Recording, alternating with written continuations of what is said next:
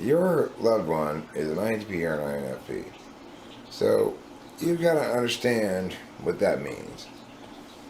We all spend a certain amount of time keeping track of what we got to do and a certain amount of time doing it. And for your loved one here, they spend all their time keeping track of what they're supposed to do and almost none of their time actually doing it. This is very illogical and makes no sense, but it's how it is, okay? And in fact, there's a decent chance that the more pressing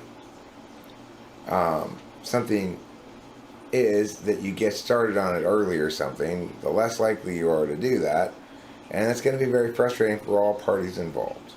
So, look, I understand when you're talking to your SE polar loved one that they don't need you to beat up on them more about their failure to follow through on doing things.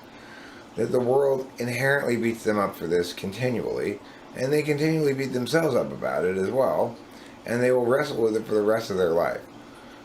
The best thing you can do to help them with that is, to a certain extent, you might provide some external structure, and if they're cooperative and want that external structure, and you don't try to make it a long-term thing, but make it a short-term thing. Like, okay, come on, right now, come over here and let's do this thing. I'll help you by